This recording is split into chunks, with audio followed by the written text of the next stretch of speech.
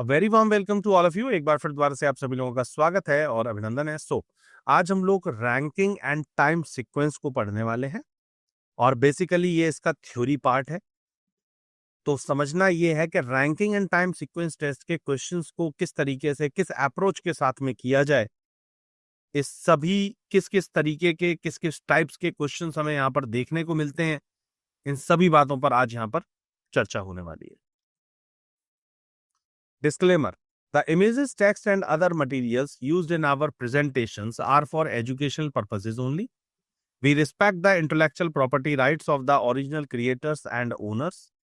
If you are the owner and have any concern or issues, please contact us at sathi@iitk.ac.in and we shall remove the same. Thank you. Now, सबसे पहले हम लोगों को trend analysis पढ़ना है। ये trend analysis क्या है? ट्रेंड एनालिसिस का मतलब ये हो गया कि number of question asked in previous year with in a chapter. जैसे पर्टिकुलर कोई भी एक चैप्टर है तो एक चैप्टर में काफी सारे टाइप्स के क्वेश्चन होते हैं। तो जो भी क्वेश्चंस हैं वो कब, कौन सा, कितनी बार पूछा गया, maximum times to minimum times. अब यहां पर अगर मैं बात करूं सबसे पहले एसएससी सीजीएल 2023 की टायर 2 एग्जाम की, तो यहाँ पर सिक्वेंशियल ऑर्डर ऑफ अरेंजमेंट से ज्यादा क्वेश्चंस पूछे गए हैं with comparison to positional test questions. CHSL 2022 के अंदर पोजीशन टेस्ट से ज्यादा क्वेश्चन आए हैं, सिक्वेंशियल ऑर्डर से कम आए। एमटीएस 2022 में 50 क्वेश्चंस पूछे गए हैं, पोजीशन टेस्ट से ज्यादा आए थे, सिक्वेंशियल ऑर्डर ऑफ अरेंजमेंट से कम। ऐसे ही CHSL 2022, CGL 2022, MTS 2021, CHSL 2021, CGL 2021, CGL 2023 और सीपीओ 2020, ये पिछले 4 से 5 साल का डेटा आपको दिया हुआ है, जिसके अंदर आप ये देखेंगे कि पोजीशन टेस्ट ज्यादा पूछा गया है with comparison to sequential order of arrangement. लेकिन इसका मतलब ये नहीं है कि हमें कोई चीज कम पढ़नी है या कोई चीज ज्यादा पढ़नी है, नहीं। जो चीज ज्यादा पूछी जा रही है बस उस पर थोड़ा फोकस ज्यादा करना है। ये नहीं है कि जो चीज कम पूछी गई है वो कभी आगे नहीं पूछी जाएगी। हो सकता है कि कल को सिक्वेंशियल ऑर्डर से ज्यादा क्वेश्चन आ जाए, तो पढ़ना हमें दोनों को ही है। तो यहां से हमें ये पता चलता है कि बेसिकली इस चैप्टर को पढ़ने के लिए, ranking and time sequence test को पढ़ने के लिए, इसका दो जगह पर क्लासिफिकेशन किया गया, या दो आप टाइप्स कह सकते हैं। The first one is sequential order of arrangement and the second one is position test. Now, सबसे पहले यहां पर आते हैं कि ranking and time sequence test के अंदर होता क्या है। This chapter broadly deals with the problem related to the arrangement of persons object in ascending descending order based on different parameters like height, weight, merit, positions, etc. Determining the position of a person object in a row, queue, and the problems related to the time sequence test, wherein the candidate has to find out a particular day based on some given conditions.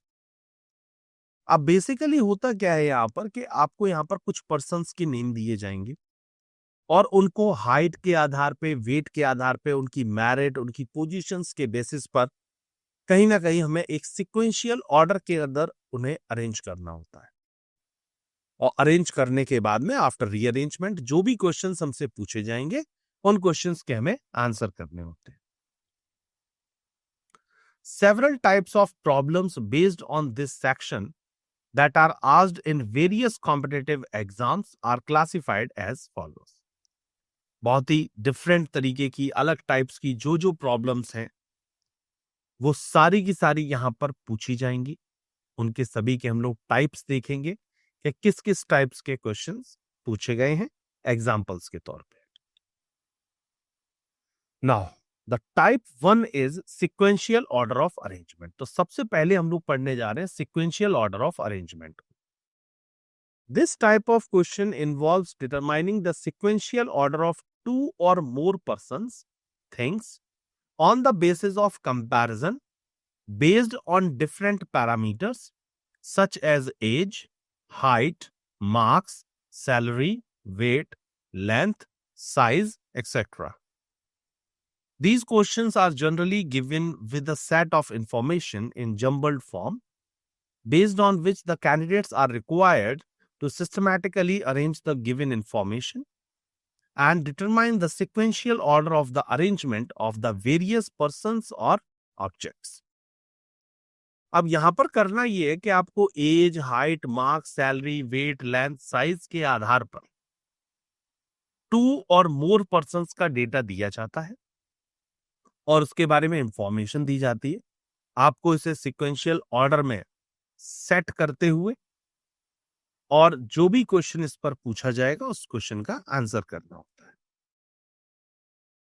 Generally we compare the things, object and persons using various notations such as greater than, smaller than, equals to, greater than or equals to, less than or equals to, etc. The candidates are required to understand the given concentrates and conditions to provide appropriate notation of comparison to reach the conclusion. आपको यहां पर कुछ symbols दिए जाते हैं, 5 symbol basically, greater than, smaller than, equals to, greater than, equals to और smaller than, equals to. इसके बाद में यहां पर आपसे कुछ कंडीशंस दी जाएंगी, उसके बेसिस पे हमें जो अरेंजमेंट है वो करना है। While solving problems under this section, use of the following symbols is required.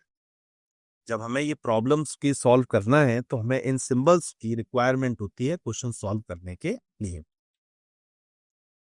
The first one is greater, heavier, taller, higher, मोर।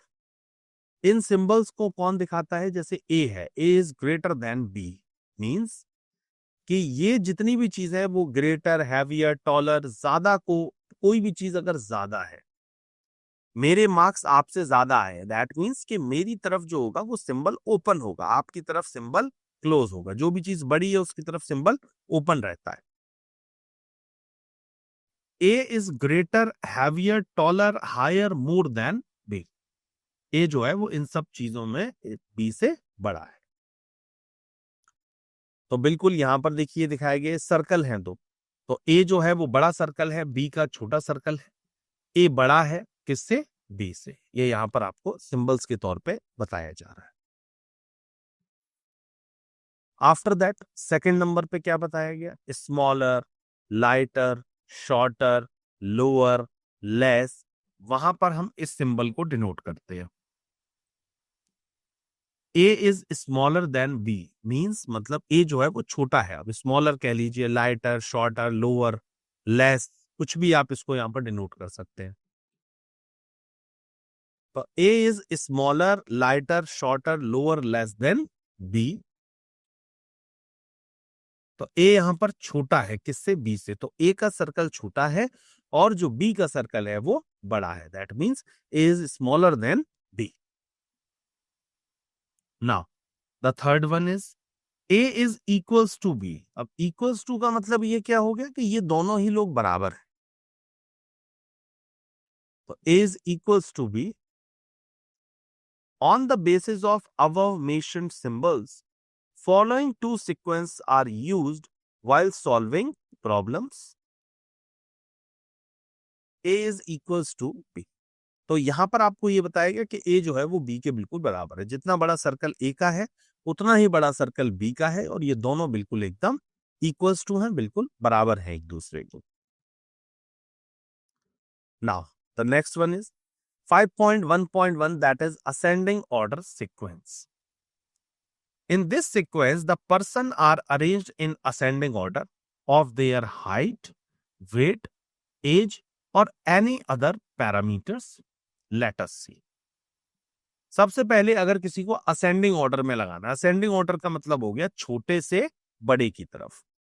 अब छोटे से बड़े की तरफ किसी में भी हो जाता है, उनके मार्क्स के बेसिस पर, उनके वेट के बेसिस पर, उनकी एजेस के बेसिस पर, उनकी हाइट के बेसिस पर, किसी भी बेसिस पर इसको हम कर सकते हैं।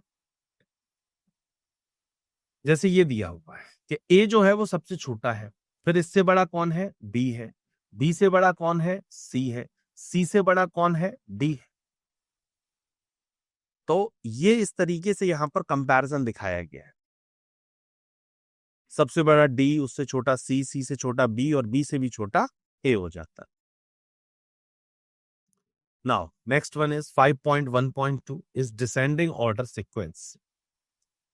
In this sequence, the person are arranged in descending order of their height, weight, ages or any other parameters. Let us see. ये डिसेंडिंग ऑर्डर का मतलब क्या होगा कि ए सबसे बड़ा है, ए से छोटा कौन है? बी, बी से भी छोटा कौन है? सी, और सी से छोटा कौन है? डी है। तो कुछ इस तरीके से बनता है डिसेंडिंग ऑर्डर का, ए सबसे बड़ा, फिर उससे छोटा बी, बी से छोटा सी और सी से छोटा डी। ये सर्कल्स के बेसिस पर आपको यहां पर दिखाया जा रहा है, सर्कल और सिंबल्स के बेसिस पर। After that 5.1.3 parameter of comparison. Various parameters of comparison of two or more persons or things are given as follows. Comparison based on length और height. Length और height के basis पर, length और height के basis पर देखते हुए किन्हीं दो persons के बीच में अगर हम comparison कर रहे हैं, in this type of question, comparison of length or heights of different persons, objects is given separately. We have to arrange the given information in the ascending or in a descending order and answer the related questions. The examples given below will help you to understand such type of questions. कुछ यहाँ पर examples आपको बताए जा रहे हैं जो इस तरीके के क्वेश्चंस को, इस तरीके के टाइप्स को समझने में आपकी कहीं ना कहीं हेल्प करते हैं। कंपैरिजन किसके बेसिस पर हो रहा है? लेंथ और हाइट के बेसिस पर, या किसी और बेसिस पर भी हो, डजंट मैटर, मार्क्स के बेसिस पर हो या किसी और क्लास के बेसिस पर हो, किसी पर भी बेस पर हम लोग कंपैरिजन कर सकते हैं as according to the question. Now moving to the next example, the example number first. Sohan is taller than Krishna but shorter than Ram. Ram is taller than Raj but shorter than Gambhir. If Krishna is taller than Raj, then who is shortest among all? The options are Gambhir, Raj, Krishna and then Ram. Solution. So, B option is the correct answer. So, from the given information, सबसे पहले जैसे जो information दी गई थी वो क्या था? Sohan is taller then Krishna but shorter than Ram. तो सबसे पहले फिर हमने देखा कि राम इज टॉलर देन राज, राम जो है वो राज से टॉलर है बट शॉर्टर देन गंभीर है। इस तरीके से ये चलता हुआ जा रहा है। And if Krishna is taller than Raj, then who is shortest among them all? तो सबसे पहले यहां पर हमने क्या किया कि सोहन दिया हुआ था, Sohan is taller then Krishna, मतलब ये कृष्णा से तो बड़ा है, बट शॉर्टर देन राम, लेकिन राम से क्या है? छोटा है। तो हमने क्या किया कि यहां पर सबसे पहले हमने सोहन को, सोहन कह लीजिए, मोहन कह लीजिए, सोहन या मोहन को हमने क्या किया? कृष्णा से बड़ा किया और राम से छोटा किया। तो राम, मोहन एंड देन कृष्णा, ये पहली हमारी लाइन हो गई। आफ्टर दैट गंभीर वाली लाइन, उसमें क्या है कि राम इज टॉलर देन राज, राम जो है वो राज से टॉलर है बट शॉर्टर देन गंभीर, लेकिन गंभीर से क्या है? छोटा है। बहुत सही। After combining equation first, second and third, और थर्ड इक्वेशन में क्या था कि कृष्णा इज टॉलर देन राज, कृष्णा जो है वो बड़ा है किससे? राज से। अब जब हम लोग तीनों को यहां पर कंपैरिजन करते हैं, फर्स्ट, सेकंड, थर्ड को, तो हमें क्या देखने को मिलता है कि गंभीर जो है इन सब में सबसे बड़ा है, फिर उसके बाद राम है, राम से छोटा सोहन है, सोहन से छोटा कृष्णा और कृष्णा से छोटा Raj. So here Raj is the shortest among all. तो यहां पर सबसे छोटा कौन है?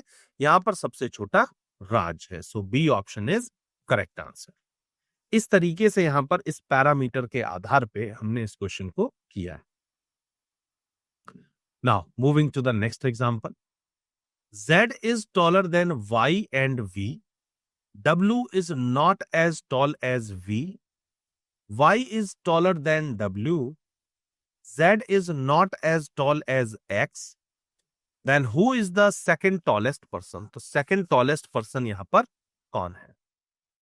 Options are X, Y, Z and then V.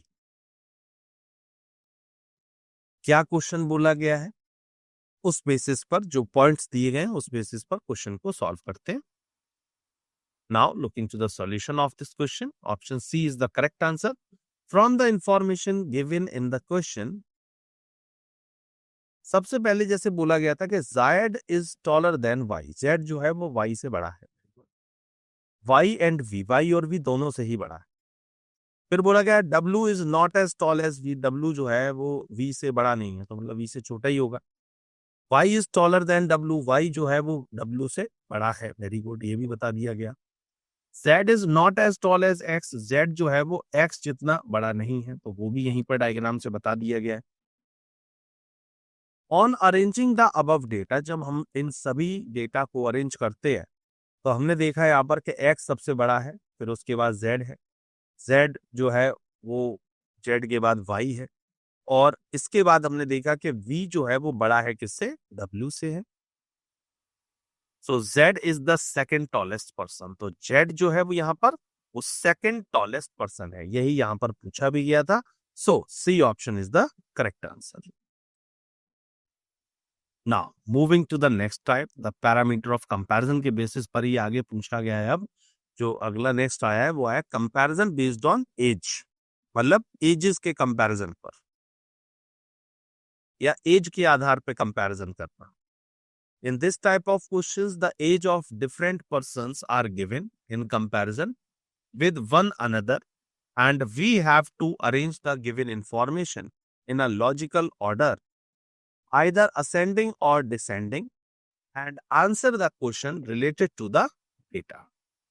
यहाँ पर हम लोग एज के बेसिस पर इनको कंपैरिजन करेंगे, और जो भी फिर उस पर क्वेश्चन दिया गया होगा, उस डेटा के अंदर जो भी दिया होगा उसके बेसिस पर अपने आंसर को किया जाएगा. Now look into the example number 3. A is elder than C. B is younger than C. C is elder than D. And D is younger than A. So who is eldest? The options are A, B, D and then C. Now looking to the solution of this question. A. According to the question, सबसे पहले जैसे बोला गया कि ए जो है वो Elder है किससे? सी से. तो A is elder than C and B is younger than C. B जो है वो यंगर है सी से. तो ए बी सी कुछ इस तरीके से बन जाएंगे. ए सबसे बड़ा, फिर बी और उसके बाद सी. फिर बोला गया था सी इज एल्डर देन डी. सी जो है वो बड़ा है किससे? डी से. थर्ड में बोला गया था डी इज यंगर देन ए. तो मतलब डी छोटा है किससे? ए से. तो ए बड़ा होगा. तो ए बड़ा हो गया किससे? डी से. So it is clear that A is eldest. तो अब यहां से ये बात पता बिल्कुल कंफर्म हो जाती है कि ए जो है वो इन सभी के अंदर सबसे ज्यादा बड़ा है. यही इसके अंदर पूछा गया था, who is the eldest. So A option is the correct answer. Now moving to the next type, comparison based on weight. अब यहां पर वेट के बेसिस पर कंपैरिजन किया जा रहा है.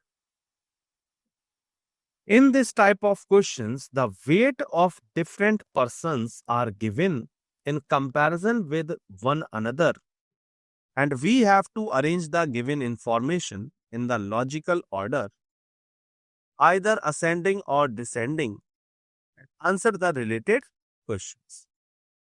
यहाँ पर वेट के बेसिस पर, तक एज के बेसिस पर था या किसी और, अब वेट के बेसिस पर अगर किसी को सिक्वेंशियल ऑर्डर में हमें कंपैरिजन करना है तो वो कैसे होगा. Now look into the example number 4. Sumit is heavier than Amit but not as heavier as Rajesh. Amit is heavier than Ajay. Kashika is heavier than Sumit but not as heavier as Rajesh. So who is heaviest among all? Options are Sumit, Amit, Rajesh, and Kashika. Now look into the solution of this question. According to the question, सबसे पहले जैसे बोला गया कि Sumit is heavier than Amit, Sumit जो है वो अमित से हेवियर है, but not as heavier as Rajesh, लेकिन राजेश जितना नहीं है, तो राजेश सबसे ज्यादा, फिर सुमित और सुमित से कम Amit. After that Amit is heavier than Ajay, Amit जो है वो जय से हेवियर है, तो अमित बड़ा हो गया जय से. After that Kashika is heavier than Sumit, Kashika जो है वो सुमित से हेवियर है but not as heavier as Rajesh, तो राजेश से क्या होगी, छोटी होगी. On arranging the above data we get, सबसे बड़ा कौन होगा इसमें, राजेश, राजेश से छोटा कशिका, कशिका से छोटी सुमित, सुमित से छोटा अमित और अमित से भी छोटा Jay. Clearly Rajesh is the heaviest, इन सभी के अंदर राजेश जो है वो सबसे ज्यादा हैवीएस्ट है. So C option is the correct answer. Now moving to the next one, comparison based on merit. अब मेरिट के बेसिस पर, मार्क्स के बेसिस पर कंपैरिजन करना. In this type of question, person are compared on the basis of their merit or competency or intelligence, and we have to deduce the logical order of merit from the given information and answer the related questions. यहाँ पर merit, competency, उसके intelligence, उनकी marks के basis पर comparison किया जाएगा. Now look into the example, example number 5. 5 students participated in the scholarship examination. Shilpi scored higher than Priya. Kashika scored lower than Sapna, but higher than Shilpi. Mani scored between Priya and Shilpi. Who scored lowest in the examination? The options are Kashika, Priya, Mani, and then Shilpi. Now look into the solution of this question. According to the question, जैसे सबसे पहले बोला गया 5 student participate in the scholarship examination, Shilpi scored higher than Priya. Shilpi जो है इसने ज्यादा score किया है प्रिया से. Kashika scored lower than Priya, Kashika जो है, कशिका ने स्कोर किया है लोअर देन सपना, सपना से लोअर, बट हायर देन शिल्पी, लेकिन शिल्पी से ज्यादा.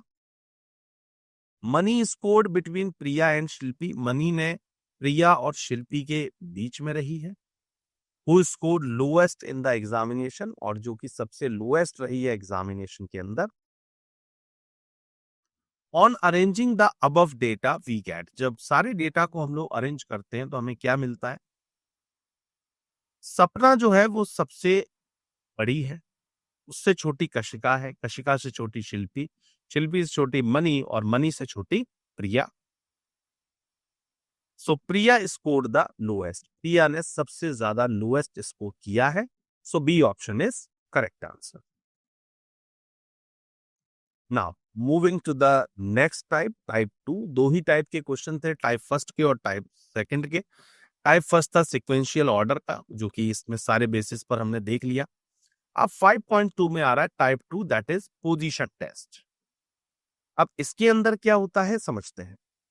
In this type of questions, the rank or position of a person's objects from either of the two ends of a row or a queue is given, and it is asked to determine the total number of persons in the group or the number of persons to the left, right, or above, below of a particular person, objects, etc. Sometimes such questions are given in the form of a puzzle involving interchanging of seats by two or more persons object. अब इस तरीके के questions के अंदर क्या होता है कि एक रो होगी, रो के अंदर बोला जाएगा कि मिस्टर ए जो है वो लेफ्ट से इस नंबर पर बैठे, मिस्टर बी जो है वो राइट से इस नंबर पर बैठे, इन दोनों के बीच में मिस्टर सी बैठे. तो बताइए इस पूरे रो के अंदर नंबर ऑफ पर्संस कितने हैं. इससे रिलेटेड यहाँ पर क्वेश्चंस पूछे जाते हैं। टोटल नंबर ऑफ पर्सन्स पूछ सकता है, किसी पर्सन के पर्टिकुलर पर्सन के लेफ्ट में कौन बैठा है, राइट में कितने लोग हैं, ये क्वेश्चन पूछे जा सकते हैं। कभी कभार इसमें इंटरचेंजिंग से रिलेटेड भी क्वेश्चन आते हैं कि दो पर्सन इस जगह पर बैठे थे, फिर इन्होंने आपस में अपनी जगह को इंटरचेंज किया है, एंड देन आफ्टर अब इसका पोजीशन इस पर्टिकुलर एंड से कितना हो रहा है। ऐसे क्वेश्चंस आते हैं पोजीशन टेस्ट के अंदर। Different types of position test will give you a better idea above such type of questions. अलग अलग तरीके के पोजीशन टेस्ट करने के लिए आपको नए नए तरीके के क्वेश्चंस को देखना है, अलग अलग टाइप्स के क्वेश्चंस को देखना है, ताकि इससे और अच्छे तरीके से, बेहतर तरीके से आप चीजों को समझ पाए। सबसे पहले यहां पर दिया है 5.2.1 के अंदर के rank of a person object from top और बॉटम, फ्रॉम लेफ्ट और राइट। अगर मान लीजिए किसी पर्टिकुलर पर्सन की रैंक या किसी ऑब्जेक्ट की रैंक फाइंड आउट करनी है टॉप से और बॉटम से, या फिर लेफ्ट या फिर राइट से, तो वो यहां पर सबसे पहला टाइप है। In this type of questions, it is asked to determine the rank or position of a person object in a group of persons object either from the left or right or from the top or bottom depending upon the arrangement. Arrangement को ध्यान में रखते हुए आपको ये चीज करनी होती है। 5.2.2 क्या बताता है? The position or rank can be calculated with the help of following formulas. Formulas क्या क्या आते हैं? Position or rank from left hand or top equals to total number of persons या students minus rank from the right hand और bottom plus 1. जैसे position आपको find out करनी है किसी की भी लेफ्ट से या फिर राइट से, तो टोटल नंबर ऑफ पर्संस दिए गए हैं, उसमें से माइनस कर दीजिए जो भी राइट से उसका पोजीशन दिया, लेफ्ट से फाइंड आउट करनी है तो टोटल में से माइनस राइट की पोजीशन माइनस कर दीजिए और प्लस 1 कर दीजिए। प्लस 1 क्यों किया गया? प्लस 1 इसलिए किया जाता है क्योंकि जब किसी की काउंटिंग होने से छूट जाता है तो वहां पर प्लस 1 किया जाता है। Now the next one is position और rank from the right hand. अगर राइट हैंड से निकालनी है या बॉटम से पोजीशन फाइंड आउट करनी है तब क्या किया जाएगा? Total number of persons students minus rank from the left hand और टॉप प्लस 1 किया जाता है। Examples given below will help you understand this type of questions. चीजों को, इन दोनों जो आपको फॉर्मुलेज दिए गए हैं इनको समझने के लिए कुछ एग्जाम्पल्स आपको समझने पड़ेंगे, जिससे ये क्वेश्चन करने में आपको आसानी होगी। 5.2.2 The position or rank can be calculated with the help of following formulas. Example number 6. In a class of 45 students, rank of Ajay is 15th from top, then rank of Ajay from bottom is. एक कोई class है 45 students की, उसके अंदर अजय जो है वो top से 15th पोजीशन पे है, और then rank of Ajay from bottom, तो बॉटम से उसका पोजीशन क्या होने वाला है? Options already given to you, 30, 32, 31 and that 30. Now look into the solution of this question. C option is correct answer. कुछ इस तरीके से आप देख पा रहे हैं। देखिए, इन अ क्लास ऑफ 45 स्टूडेंट, मतलब टोटल नंबर ऑफ स्टूडेंट्स कितने हैं? 45 है, डायग्राम से पता चल रहा है। Ajay is 15th from top, Ajay जो है वो ऊपर से 15th प्लेस पर बैठा हुआ है। अब अजय का नीचे से, बॉटम से पोजीशन निकालना है, तो कैसे निकलेगा कि Ajay's rank from bottom find out करने के लिए टोटल नंबर ऑफ स्टूडेंट, जो अभी फॉर्मूला आया था कि टोटल नंबर ऑफ स्टूडेंट्स जो भी दिए हैं मतलब 45, rank of Ajay from top, जो भी रैंक ऊपर से दिया हुआ है अजय का टॉप से, और उसके बाद प्लस 1 करना है। तो 45 minus 15 plus 1 that equals to 31. So C option is correct answer.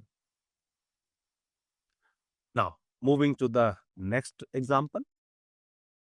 In a row of 40 girls, when Kamla was shifted to her left by 4 places, Her place from the left end of the row become 10th. What is the position of Shilpi from the right end of the row if Shilpi was 3 places to the right of Kamala's original position? Now, looking to the solution of this question or options. A option 22, B 23, C 25, D 24. Now looking to the solution of this question, B option is correct answer. On shifting 4 places to the left, Kamala is 10th from the left end of the row. Thus, Kamala's original position was 14th from the left end. Shilpi is 3 places to the right of Kamala's original position. Clearly, Shilpi is 17th from the left end. This can be easily understood from the following figures. This is the diagram. In a row of 40 girls, यहाँ पर बताया गया total 40 लड़कियां, पूरे diagram से बिल्कुल clear हो जाएगा कुछ इस तरीके से. देखें, in a row of 40 girls total यहाँ पर है. When Kamala was shifted to her left by 4 places, कमला को 4 places लेफ्ट की तरफ शिफ्ट किया गया. Her place from the left end of the row become 10th, तो 10th नंबर पर हो जाती है. What is the position of Shilpi? शिल्पी का पोजीशन क्या होगा? From the right end of the row, right end of the row से, if Shilpi was 3 places to the right of Kamala's original position. अब कमला की ओरिजिनल पोजीशन क्या थी? 14th थी. जब उसको 3 प्लेसेस इस तरफ शिल्पी को शिफ्ट किया गया, तो इसका मतलब शिल्पी इधर से कितनी हो गई? 17th प्लेस पर हो गई. अब जब एक तरफ से 17 हो गई, दूसरी तरफ से निकालनी है, तो उसके लिए क्या करेंगे? Shilpi's position from right find out करने के लिए टोटल नंबर ऑफ गर्ल्स में से माइनस किया जाएगा Shilpi's position from left plus 1. 40 minus 17 plus 1 equals to 23 plus 1 equals to 24. So Shilpi is 24th from the right end of the row. So D option is correct answer. Now moving to the next one, total number of object persons in a queue. In this type of question, it is asked to calculate the total number of persons when the rank of a person from both the ends is given. Following formula is helpful in the calculation of total number of objects, persons in a queue. Total number of object या persons in a row or queue equals to position or rank of object person from the left end or top or front plus position or rank of object person from right end or bottom or last minus 1. Now, some examples discussed below will help you to understand this type of questions. Now, moving to the next example, example number 8. In a class of students, Mandeep is 25th from top and 32 from bottom in a class. The total number of students in a class is. Mandeep के बारे में बताया गया था कि ये top से 25 है, बॉटम से 32 है. टोटल नंबर ऑफ स्टूडेंट्स बताने. Options are 56, 50, 57 and then 58. Now looking to the solution of this question. Option A. The information given in the question can be represented as shown figure. Total students in class equals to rank of Mandeep from top plus rank of Mandeep from bottom minus 1 equals to 25 plus 32 minus 7, that is 57 minus 7 equals to 56. That's why कुछ इस तरीके से the A option is correct answer. ऊपर से 25th है, नीचे से 32 है, दोनों की पोजीशन को जोड़ करके और बहुत ही सिंपल तरीके से हमने इस क्वेश्चन का आंसर कर लिया. 32 और 25 दोनों को ऐड कर लेना है. तो यहां पर आपने किया और उसके बाद -1 किया, आंसर निकल के यहां पर आ गया. Now, moving to the next question, example number 9. In a class of 30 students, Agam is 14th from the left and Amit is 20th from the right hand. How many students are there between Amit and Agam? तो अमित और अगम के बीच में कितने लोग हैं, ये आपसे इसके अंदर पूछना चाह रहे हैं। 30 स्टूडेंट्स हैं, अगम 14th है लेफ्ट से, अमित 20th है राइट हैंड से। तो यहां पर how many students are there between Amit and Agam? Options are 3, 2, 4 and data inadequate. Now moving to the solution of this question. कुछ इस तरीके से यहां पर दिया है कि टोटल नंबर ऑफ स्टूडेंट्स हमें फाइंड आउट करने हैं। पहले तो कि 30 स्टूडेंट्स हमको दिए हुए हैं। अगम is 14th from the left hand, Amit 14th है लेफ्ट हैंड से, and Agam is 14th from the left hand, Amit is 20th from the right hand. इसका मतलब ये लोग क्रॉस करके एक दूसरे को बैठेंगे। 30 लोग टोटल हैं, दैट मीन्स इनके बीच में लोग निकाल। तो Amit position from left equals to 30 minus 20 plus 1, that is 10 plus 1 equals to 11.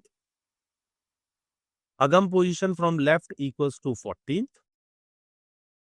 Clearly, there are 2 students in between Amit and Agam. Hence, option B is the correct answer.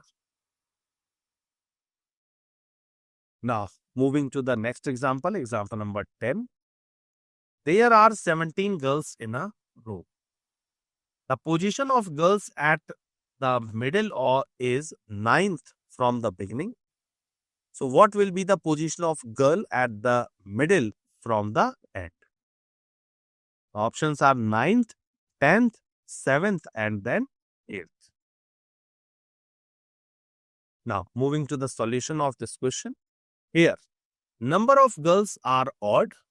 So, position of the girls at the middle will be the same from the beginning and the end. So, position of girl at the middle from the end equals to position of the girl at the middle from the beginning, and that is 9th. So, A option is correct answer. Now, moving to the next example. In a row of students, Ajay is 7th from the left, while Mac is 18th from the right. Both of them interchange their position such that Ajay becomes 21st from the left. So, how many pupils are there in the row? Options are 38, 39, 40 and then none of these. Now, look into the solution of this question. Ajay's original position from left equals to 7th. Mac's original position from right equals to 18th. Ajay position from left after interchange equals to 21st. Since Ajay exchanged his seat with Mac, it means Mac's original position is 21st from the left. Total number of pupils equals to initial position of Mac from right plus initial position of Mac from the left minus 1. So, 18 plus 21 minus 1 equals to 38. That means A option is correct answer. Now, moving to the next one. 5.2.4, that is new position of a persons after interchange of positions between two persons. In this type of question, the position of two person object are interchanged and it is asked to determine their new positions from the left or right, which can be calculated with the help of following formulas. The first one is new position place of first person or object after the interchange equals to difference of two positions or places of second person. Initial position or place of second person or object. The second one is new position place of second person object after the interchange equals to difference of two position or places of second person or object. Example discussed below will help you to understand this type of questions. Now, moving to the next example, example number 12.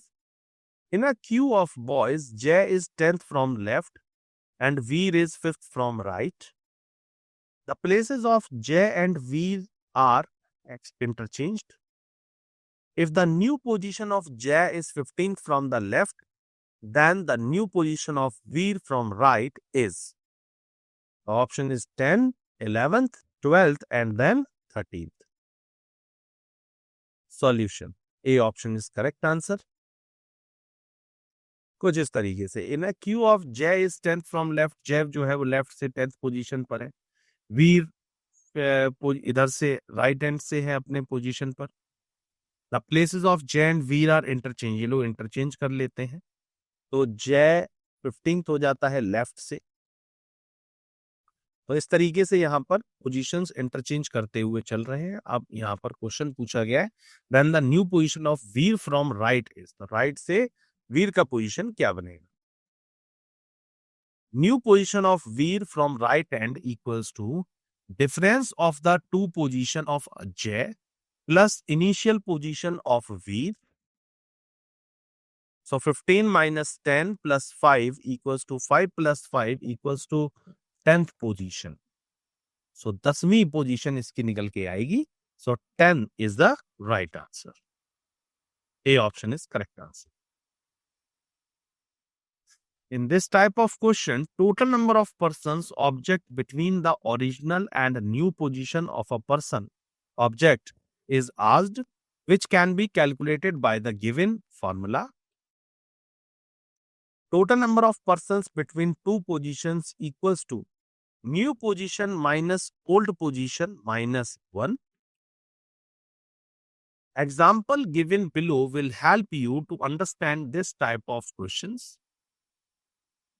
Now, moving to the next example, example number 13. In a queue of girls, Arpita is 9th from the left and Mona is 17th from the right. If the position of Arpita and Sona are interchanged, then new position of Arpita is 15th from the left. Find the number of girls between Sona and Arpita. The options are 4, 5, 6 and then 7. Now look into the solution of this question. Arpita, in a queue of girls, Arpita is 9th from left and Mona is 17th from the right. If the position of Arpita and Sona are interchanged, दोनों ने अपनी जगह interchange कर ली है.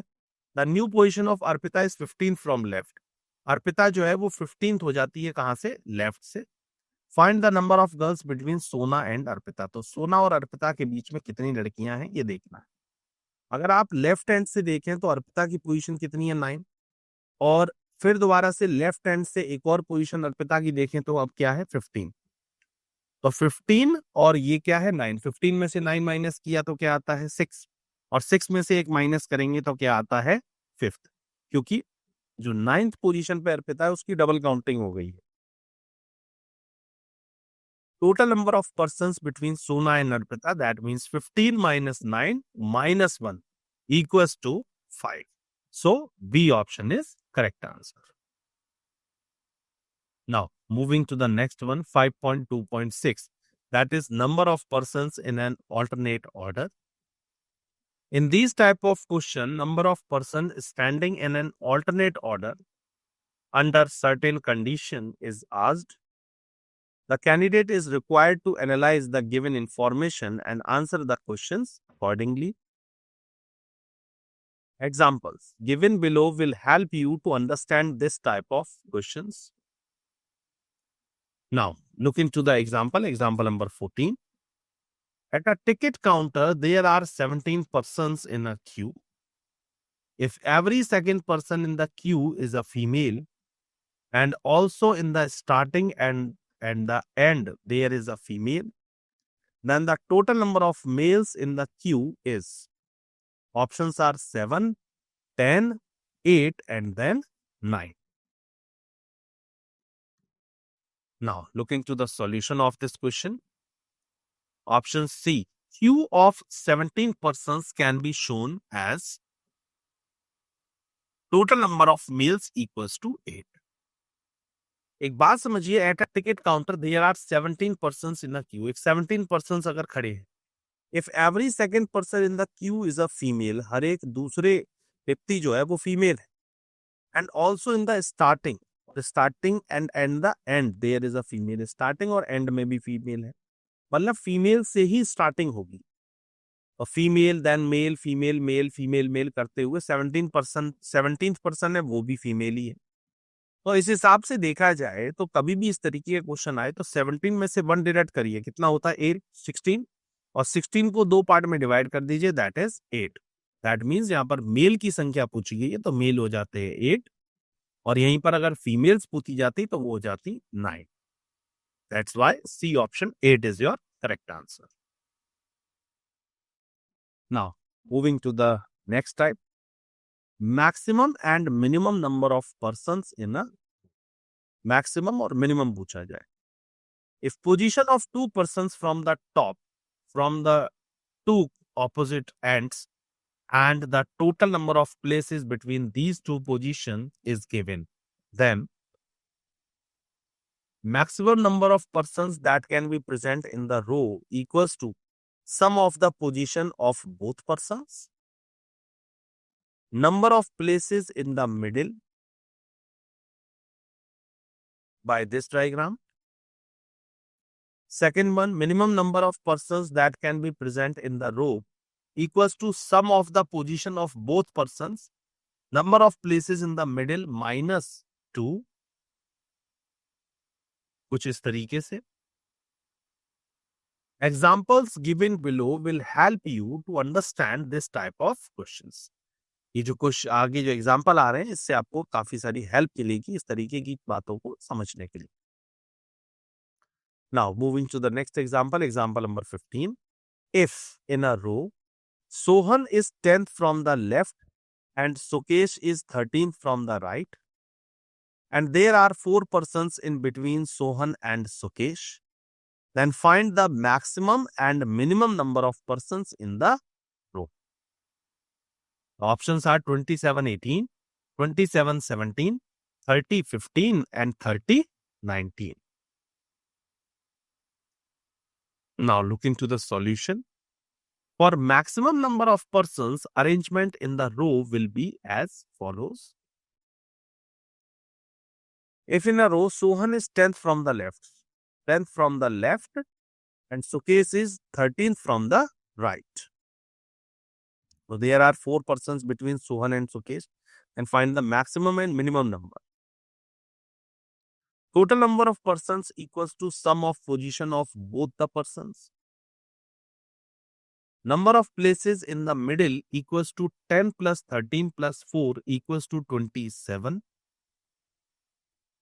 For minimum number of persons, arrangement in the row will be given as follows. Just like that. Total number of persons equals to sum of positions of both places minus number of places in the middle minus 2. So 10 plus 13 minus 4 minus 2, that equals to 17. Hence option B is the correct answer. So B option इसके लिए बिल्कुल जो होगा correct answer है, सही जवाब B option. मुलाकात होती है हमारी आपसे आगे के सेशंस में. तब तक के लिए थैंक यू सो मच.